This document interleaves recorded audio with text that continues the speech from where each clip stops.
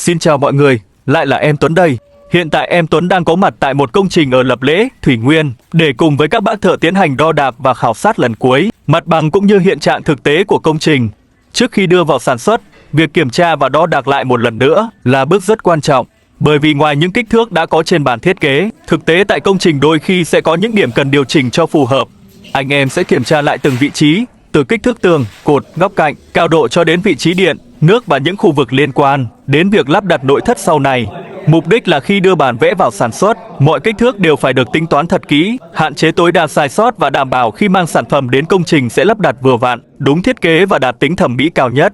Sau khi hoàn tất bước khảo sát cuối cùng, anh em sẽ tiến hành triển khai sản xuất tại xưởng. Còn quá trình sản xuất, vận chuyển và lắp đặt thực tế sẽ như thế nào? Mọi người hãy cùng theo dõi những video tiếp theo nhé. Hẹn mọi người ở video lắp đặt và hoàn thiện công trình cùng nội thất anh Huy nhé.